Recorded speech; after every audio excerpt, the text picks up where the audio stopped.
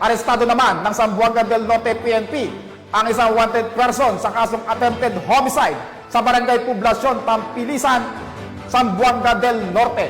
Alamin ang iba pang impormasyon sa report ni Patrolwoman Charlene Rose Gumangan.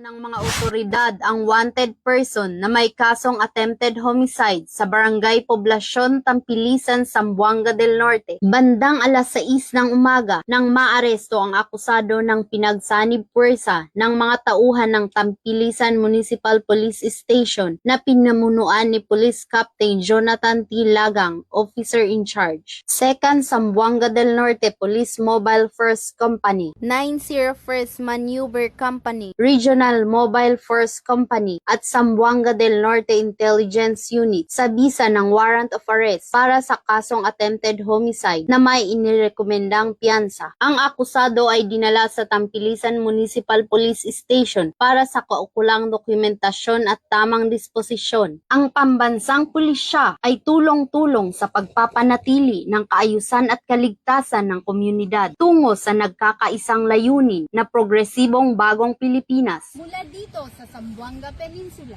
ako ang iyong PNN correspondent, Patrolwoman Charlene Rose Gumangan, alagad ng batas, tagataguyod ng balitang pulis. Maraming salamat, Patrolwoman Gumangan.